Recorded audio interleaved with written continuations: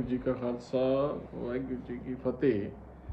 सिख धर्म ਦੇ ਵਿੱਚ ਅਸੀਂ ਅਕਸਰ ਕਹਿੰਦੇ ਆ ਨਾਮ ਜਪੋ ਕਿਰਤ ਕਰੋ ਵੰਡ ਛਕੋ ਔਰ ਇੱਕ ਸ਼ਬਦ ਪੜਿਆ ਜਾਂਦਾ ਨਾਨਕ ਨਾਮ ਚੜ੍ਹਦੀ ਕਲਾ ਤੇਰੇ ਭਾਣੇ ਸਰਬੱਤ ਦਾ ਭਲਾ। ਸਰਬੱਤ ਦਾ ਭਲਾ ਮੰਗਣ ਦੇ ਨਾਲ ਜੀਵ ਦੇ ਹਿਰਦੇ ਵਿੱਚ ਜਿਹੜੀ ਦ્વੈਤ ਜਿਹੜੀ ਉਹ ਖਤਮ ਹੋ ਜਾਂਦੀ ਹੈ, ਮਨ ਨਿਮਰਤਾ ਵਿੱਚ ਆ ਜਾਂਦਾ ਹੈ, ਅਕਾਲ ਪੁਰਖ ਦੀ ਹਜ਼ੂਰੀ ਨੂੰ ਜ਼ਿਆਦਾ ਪ੍ਰਤੀਤ ਕਰਦਾ ਹੈ, ਜਿਸ ਨਾਲ ਮਨੁੱਖ ਦਾ ਜਨਮ ਜਿਹੜਾ ਉਹ ਸਫਲ ਹੋ ਜਾਂਦਾ। ਸਰਬੱਤ ਦੇ ਭਲੇ ਦੀਆਂ ਸਿੱਖ ਇਤਿਹਾਸ ਵਿੱਚ ਬੜੀਆਂ ਮਿਸਾਲਾਂ ਨੇ, ਜਿਵੇਂ ਕਿ ਗੁਰੂ ਦੇ ਸਿੱਖਾਂ ਨੇ ਆਪਣੇ ਵਿਰੋਧੀਆਂ ਦੀ ਸੇਵਾ ਅਤੇ ਮਦਦ ਵੀ ਕੀਤੀ। ਅਸੀਂ ਅੱਜ ਰੈੱਡ ਕਰਾਸ ਨੂੰ ਜਿਹੜੀ ਉਹ ਮਾਨਤਾ ਦਿੰਦੇ ਹਾਂ, ਪਰ ਗੁਰੂ ਗੋਬਿੰਦ ਸਿੰਘ ਜੀ ਨੇ ਉਸ ਵੇਲੇ ਉੱਚੇ ਸੁੱਚੇ ਅਤੇ ਅਲਾਈ ਮਿਸ਼ਨ ਦੀ ਨੀਂਹ ਆਪਣੇ ਨਿਮਾਣੇ ਗੁਰਸਿੱਖ ਭਾਈ ਕਨ੍ਹਈਆ ਜੀ ਕੋਲੋਂ ਅੱਜ ਤੋਂ 300 ਸਾਲ ਪਹਿਲਾਂ ਹੀ ਰਖਵਾ ਦਿੱਤੀ ਸੀਗੀ। ਰੈੱਡ ਕਰਾਸ ਇਹ ਹੈ ਕਿ ਜਦੋਂ ਦੋ ਵਿਰੋਧੀ ਰਾਜਸੀ ਧੜਿਆਂ ਦੀ ਜੰਗ ਹੁੰਦੀ ਤੇ ਉਹਨਾਂ ਦੇ ਸਿਪਾਹੀ ਜਿਹੜੇ ਆਪਸ ਵਿੱਚ ਜਨਤਾ ਦੀ ਉਹਨਾਂ ਦੇ ਸਿਪਾਹੀਆਂ ਅਤੇ ਜਨਤਾ ਦੀ ਸੇਵਾ ਲਈ ਤੀਸਰੀ ਨਿਰਪੱਖ ਸੰਸਥਾ ਡਾਕਟਰੀ ਸਹਾਇਤਾ ਮੈਡੀਕਲ ਏਡ, ਜਿਸ ਤਰ੍ਹਾਂ ਕਿ world health organisation, United nations organisation ਆਦਿ ਹੈ। ਗੁਰੂ ਗੋਬਿੰਦ ਸਿੰਘ ਜੀ ਮਹਾਰਾਜ ਦੇ ਮਿਸ਼ਨ ਵਿੱਚ ਲੜਨ ਵਾਲਾ ਸਿੱਖ ਧੜਾ ਆਪਣੇ ਵਿਰੋਧੀ ਧੜੇ ਨੂੰ ਫੱਟੜ ਜਿਹੜੇ ਸਿਪਾਹੀਆਂ ਨੂੰ ਪਾਣੀ ਪਿਲਾਉਣਾ ਮਲਮ ਪੱਟੀ ਕਰਦਾ ਰਿਹਾ ਭਾਈ ਕਨ੍ਹਈਆ ਜੀ। ਭਾਈ ਕਨ੍ਹਈਆ ਜੀ ਨੇ ਅਨੰਦਪੁਰ ਸਾਹਿਬ ਦੇ ਮੈਦਾਨੇ ਜੰਗ ਵਿੱਚ ਉਸ ਵਕਤ ਮੁਗਲ ਹਕੂਮਤ ਦੇ ਮੁਸਲਮਾਨ ਸਿਪਾਹੀਆਂ ਦੀ ਇਸ ਪੱਖੋਂ ਸੇਵਾ ਕਰਕੇ ਇਸ ਅਲਾਈ ਮਿਸ਼ਨ ਨੂੰ ਨਿਭਾਇਆ। ਇਸ ਲਈ ਗੁਰੂ ਗੋਬਿੰਦ ਸਿੰਘ ਜੀ ਦਾ ਅਲਾਈ ਮਿਸ਼ਨ ਅੱਜ ਕੱਲ੍ਹ ਰੈੱਡ ਕਰਾਸ ਦੇ ਮਿਸ਼ਨ ਨਾਲੋਂ ਕਿਤੇ ਵਧੇਰੇ ਜਿਹੜਾ ਉੱਚਾ ਹੈ। ਅੱਜ ਵੀ ਗੁਰਸਿੱਖ ਗੁਰੂ ਸਾਹਿਬ ਦੀ ਖੁਸ਼ੀ ਲੈਣ ਵਾਸਤੇ ਇਸ ਤਰ੍ਹਾਂ ਦੇ ਦੂਸਰੇ ਧਰਮਾਂ ਦੇ ਲੋਕਾਂ ਦੀ ਮਦਦ ਕਰਦੇ ਨੇ ਅਤੇ ਹਰ ਕੌਮ ਲਈ ਜਿਹੜਾ ਮਜ਼ਹਬ ਹੈ ਲਈ ਗੁਰੂ ਦਾ ਸਾਂਝਾ ਲੰਗਰ ਚਲਾਉਂਦੇ ਨੇ। ਗੁਰਸਿੱਖ ਗੁਰਮਤਿ ਮਾਰਗ 'ਤੇ ਚੱਲਣ ਲਈ ਗੁਰੂ ਗੋਬਿੰਦ ਸਿੰਘ ਮਹਾਰਾਜ ਜੀ ਦਾ ਇਹ ਉਪਦੇਸ਼ ਹਿਰਦੇ ਵਿੱਚ ਵਸਾਉਣ ਦਾ ਪੂਰਾ ਯਤਨ ਕਰਦੇ ਆ। ਮਾਨਸ ਕੀ ਜਾਤ ਸਭੇ ਏਕੇ ਪਹਿਚਾਨਬੋ, ਕਰਤਾ ਕਰੀਮ ਸੋਈ ਰਾਜ ਕਰਹੀਮ ਹੋਈ, ਦੂਸਰੋ ਨਾ ਭੇਦ ਕੋਈ ਭੂਲ ਪਰ ਮਾਨਬੋ, ਦੇਰਾਓ ਮਸੀਤ ਹੋਈ पूजाओ नवाज होई, मान सब एक पे अनेक को परमाए है, राम गयो रामन गयो जाको बहु परवार, कोई बोले राम राम कोई खुदाई, कोई सेवे गुसैया कोई अलाए कान कन करीम कृपा धार रहीम, कोई नावे तीर्थ कोई अज जाए, कोई करे पूजा कोई सिर नवाए, कोई बड़े वेद कोई को देव, कोई ओढ़े नील कोई सफेद, कोई कह दुर्ग कोई कह हिंदू, कोई बाछे बेस्त सरगंदू, कह नानक जिन हुकुम पछाता, प्रभ साहेब का तिन भेद जाता। सो सिख धर्म की विलक्षणता है। सिख धर्म बड़ा सादा सीधा सादा प्रैक्टिकली तौर पर प्राप्ति का धार्मिक जड़ा रस्ता है, जिस विच जबरदस्ती कर्मकांड पखंड वहम भरम विच पैण दी लोड़ नहीं।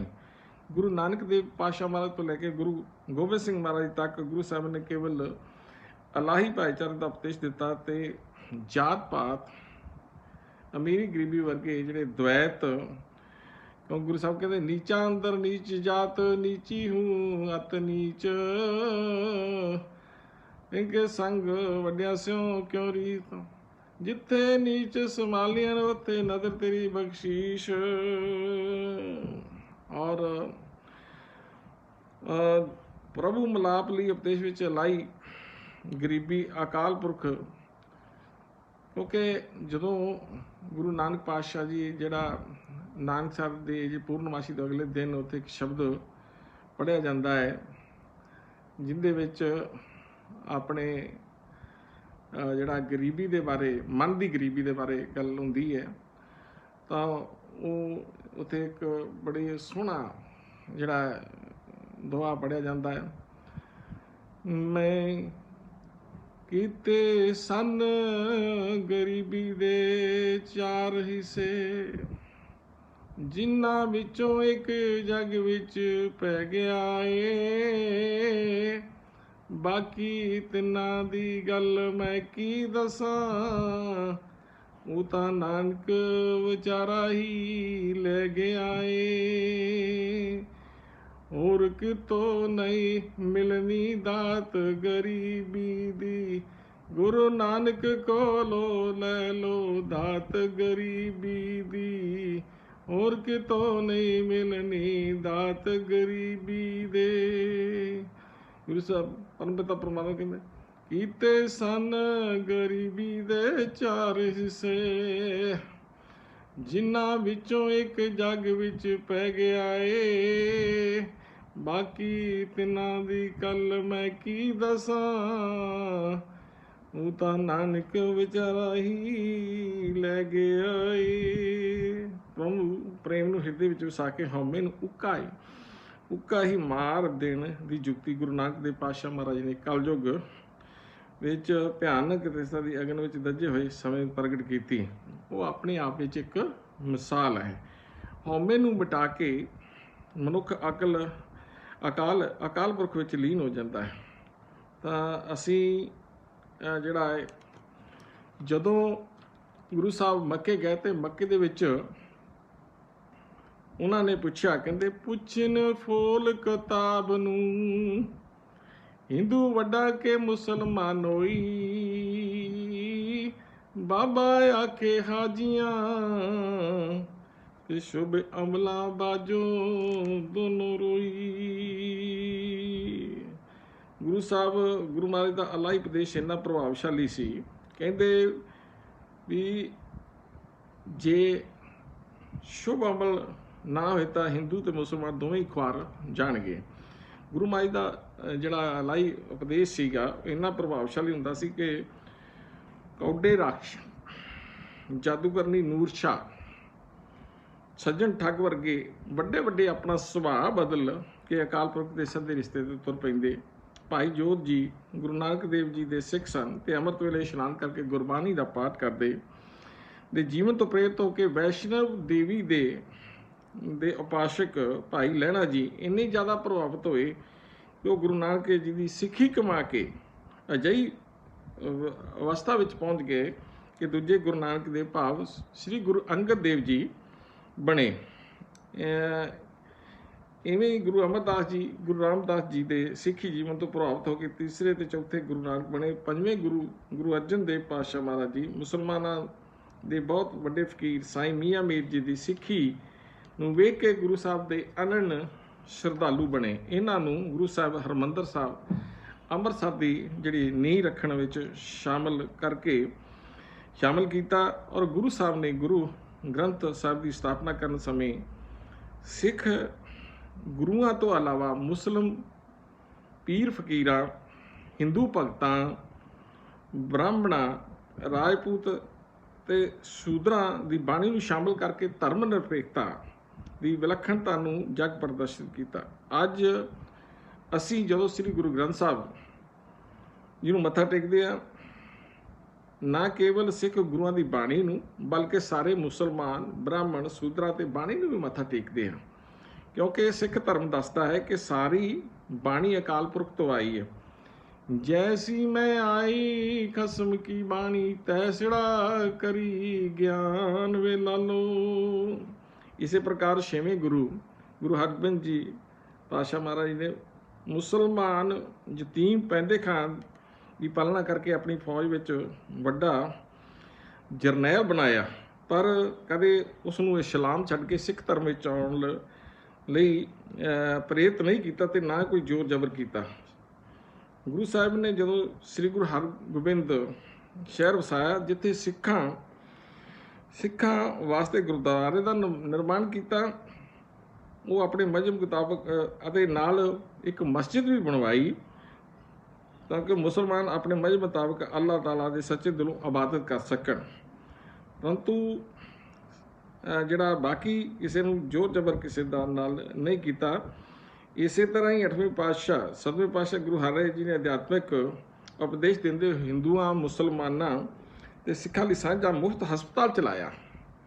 ਆਪ ਜੀ ਨੇ ਬਾਦਸ਼ਾਹ ਸ਼ਾਹਜਹਾਨ ਦੇ ਮਰਦੇ ਹੋਏ ਲੜਕੇ ਦਾਰਾ ਸ਼ਿਕੋ ਨੂੰ ਆਪਣੇ ਹਸਪਤਾਲ ਤੋਂ ਦਵਾਈ ਭੇਜ ਕੇ ਉਸ ਦੀ ਜਾਨ ਬਚਾਈ, ਪਰ ਸਿੱਖ ਬਣਨ ਲਈ ਜ਼ੋਰ ਜ਼ਬਰਦਸਤੀ ਦਾ ਲਾਲਚ ਨਹੀਂ ਦਿੱਤਾ। ਇਸੇ ਤਰ੍ਹਾਂ 8ਵੇਂ ਪਾਤਸ਼ਾਹ ਸ੍ਰੀ ਗੁਰੂ ਹਰਕ੍ਰਿਸ਼ਨ ਪਾਤਸ਼ਾਹ ਮਹਾਰਾਜ ਜੀ ਨੇ ਦਿੱਲੀ ਜਾ ਕੇ ਗੁਰੂ ਨਾਨਕ ਦੇਵ ਜੀ ਸੱਚ ਮਾਰਗ ਤੇ ਸਾਂਝੀਵਾਲਤਾ ਦਾ ਉਪਦੇਸ਼ ਦਿੱਤਾ। ਚੇਚਕ ਵਰਗੀ ਭਿਆਨਕ ਬਿਮਾਰੀ ਤੋਂ ਹਿੰਦੂਆਂ, ਮੁਸਲਮਾਨਾਂ ਤੇ ਸਿੱਖਾਂ ਨੂੰ ਬਚਾਇਆ। ਇਸੇ ਦੌਰਾਨ ਗੁਰੂ ਸਾਹਿਬ ਨੇ ਜੀਵਨ ਤੇ ਉਪਦੇਸ਼ਾਂ ਤੋਂ ਪ੍ਰਭਾਵਿਤ ਹੋ ਕੇ ਸੁਤੇ ਸਿੱਧ ਰਾਜਾ ਜੈ ਸਿੰਘ ਔਰੰਗਜ਼ੇਬ ਦੇ ਛੋਟੇ ਲੜਕੇ ਦੇ ਦਿੱਲੀ ਲੋਕ ਸਿੱਖੀ ਦਾ ਉਪਦੇਸ਼ ਕਮਾਉਣ ਲੱਗੇ। ਗੁਰੂ ਤੇਗ ਬਹਾਦਰ ਜੀ ਨੇ ਪਰਉਪਕਾਰ ਦੀ ਸਿੱਖ ਛੋਹ ਲਈ ਤੇ ਆਪ ਜੀ ਨੇ ਹਿੰਦੂ ਪੰਡਤਾਂ ਨੂੰ ਮੁਸਲ ਹੁਕੂਮਤ ਦੀ ਜ਼ੋਰ ਜ਼ਬਰਦਸਤੀ ਧਰਮ ਪਰਿਵਰਤਨ ਤੋਂ ਬਚਾਉਣ ਲਈ ਆਪਣੀ ਕੁਰਬਾਨੀ ਦਿੱਤੀ। ਇਸੇ ਤਰ੍ਹਾਂ ਹੀ ਗੁਰੂ ਤੇਗ ਬਹਾਦਰ ਪਾਤਸ਼ਾਹ ਮਹਾਰਾਜ ਜੀ ਨੇ, ਜਿਸ ਕਾਰਨ ਆਪ ਜੀ ਨੇ ਜਿੱਥੇ ਗੁਰੂ ਨਾਨਕ ਦੇਵ ਪਾਤਸ਼ਾਹ ਮਹਾਰਾਜ ਜੀ ਨੇ ਕਿਹਾ ਸੀ ਕਿ ਮੈਂ ਜਨੇਊ ਧਾਰਨ ਨਹੀਂ ਕਰਨਾ, 9 ਸਾਲ ਦੀ ਉਮਰ ਦੇ ਵਿੱਚ ਉਹਨਾਂ ਕਿਹਾ ਮੈਨੂੰ ਇਹੋ ਜਿਹਾ ਜਨੇਊ ਦਿਓ, ਦਇਆ ਕਪਾਲ ਸੰਤੋਖ ਸੂਤ ਜਤ ਗੰਢੀ ਸਤ ਵਟ, ਇਹ ਜਨੇਊ ਜੀ ਤਾਂ ਹੈ ਤਾਂ ਪਾਂਡੇ ਕਤ।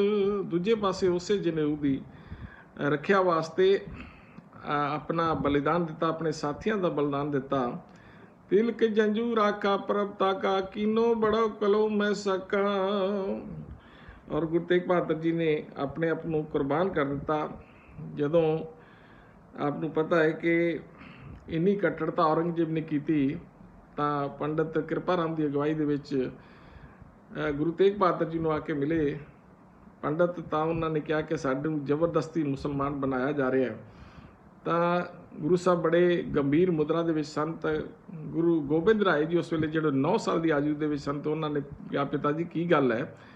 ਤਾਂ ਉਹ ਕਹਿਣ ਲੱਗੇ ਵੀ ਇੱਥੇ ਕਿਸੇ ਮਹਾਂਪੁਰਸ਼ ਦੇ ਬਲੀਦਾਨ ਦੀ ਲੋੜ ਹੈ, ਕਿਉਂਕਿ ਔਰੰਗਜ਼ੇਬ ਜ਼ਬਰਦਸਤੀ ਕਰ ਰਿਹਾ। ਤਾਂ ਗੁਰੂ ਸਾਹਿਬ ਕਹਿਣ ਲੱਗੇ ਤੁਹਾਡੇ ਨਾਲੋਂ ਵੱਡਾ ਮਹਾਂਪੁਰਸ਼ ਕੌਣ ਹੋ ਸਕਦਾ ਹੈ?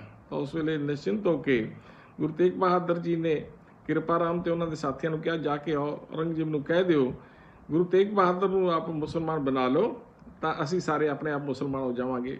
ਬਾਕੀ ਆਪਾਂ ਨੂੰ ਪਤਾ ਹੀ, ਫਿਰ ਉਹ ਇੱਥੋਂ ਜਾ ਕੇ ਉਹਨਾਂ ਨੇ ਜਿਹੜਾ ਆਪਣਾ ਔਰੰਗਜ਼ੇਬ ਦੇ ਸਾਹਮਣੇ ਆਪਣੇ ਆਪ ਨੂੰ ਪੇਸ਼ ਕੀਤਾ। ਉੱਥੇ ਗੁਰੂ ਤੇਗ ਬਹਾਦਰ ਪਾਤਸ਼ਾਹ ਮਹਾਰਾਜ ਦਾ ਜਿਹੜਾ ਸੀਸ ਧੜ ਤੋਂ ਜੁਦਾ ਕੀਤਾ ਗਿਆ, ਔਰ ਭਾਈ ਦਿਆਲਾ ਜੀ, ਭਾਈ ਮਤੀ ਦਾਸ, ਭਾਈ ਸਤੀ ਦਾਸ, ਇਹਨਾਂ ਨੂੰ ਤਸੀਹੇ ਦੇ ਕੇ ਉਹਨਾਂ ਨੂੰ ਜਿਹੜਾ ਸ਼ਹੀਦ ਜਿਹੜਾ ਉੱਥੇ ਜਿੱਥੇ ਅੱਜ ਕੱਲ੍ਹ ਗੁਰਦੁਆਰਾ ਸੀਸਗੰਜ ਸਾਹਿਬ ਹੈ ਆਪਣੇ, ਉੱਥੇ ਇਹਨਾਂ ਨੂੰ ਸ਼ਹੀਦ ਕੀਤਾ ਗਿਆ। ਤਾਂ ਇਸੇ ਤਰ੍ਹਾਂ ਹੀ ਫਿਰ ਬਾਅਦ ਵਿੱਚ ਬਾਬਾ ਬੰਦਾ ਬਹਾਦਰ ਨੇ ਵੀ ਗੁਰੂ ਸਾਹਿਬ ਦਾ ਉਪਦੇਸ਼ ਕਮਾਉਂਦੇ ਕਈ ਲੜਾਈਆਂ ਲੜੀਆਂ, ਔਰ ਉਹਨਾਂ ਦੇ ਵਾਸਤੇ ਵੀ ਜਿਹੜੇ ਆਪਣੇ ਆਪ ਨੂੰ ਉਹਨਾਂ ਨੇ ਕੁਰਬਾਨ ਕੀਤਾ। ਸੰਨਿਆਸੀ ਜੋ ਇਸ ਸਿੱਖ ਧਰਮ ਦੇ ਵਿੱਚ ਸੱਚੇ ਸੁੱਚੇ ਸੰਨਿਆਸੀ, ਪੰਡਤ, ਬ੍ਰਾਹਮਣ, ਵੈਸ਼ਨੋ, ਜੋਗੀ, ਮੁਸਲਮਾਨ, ਮੁੱਲਾ, ਕਾਜੀ, ਸੇਖ ਅਤੇ ਹਾਜੀ ਕਿਵੇਂ ਬਣ ਸਕਦੇ ਹਨ? ਸੰਨਿਆਸੀ ਨੂੰ ਉਪਦੇਸ਼ ਹੈ, ਸੋ ਸੰਨਿਆਸੀ ਜੋ ਸਤਿਗੁਰ ਸੇਵੇ ਵਿੱਚੋਂ ਆਪ ਗਵਾਏ। ਪੰਡਤ ਨੂੰ ਕੀ ਉਪਦੇਸ਼ ਹੈ? ਸੋ ਪੰਡਤ ਜੋ ਮਨ ਪ੍ਰਬੋਧੇ, ਰਾਮ ਨਾਮ ਆਤਮ ਮੇ ਸੋਧੇ। ਬ੍ਰਾਹਮਣ ਨੂੰ ਕੀ ਉਪਦੇਸ਼ ਹੈ? ਸੋ ਬ੍ਰਾਹਮਣ ਜੋ ਬ੍ਰਹਮ ਵਿਚਾਰੇ। ਵੈਸ਼ਨੋ ਨੂੰ ਕੀ ਉਪਦੇਸ਼ ਹੈ? ਵੈਸ਼ਨੋ ਸੋ ਜਿਸ ਉਪਰ ਪ੍ਰਸੰਨ, ਵਿਸ਼ਨ ਕੀ ਮਾਇਆ ਤੇ ਹੋਏ ਭਿੰਨ। ਜੋਗੀ ਅੰਜਨ ਮੈਂ ਨਰੰਜਨ ਰਹੀਐ, ਜੋਗ ਜੁਗਤ ਏਵ ਹੋਈ, ਗੱਲੀ ਜੋਗ ਨ ਹੋਈ। ਏਕ ਦ੍ਰਿਸ਼ਟ ਸਮ ਕਰ ਜਾਣੇ, ਜੋਗੀ ਕਹੀਏ ਸੋਈ।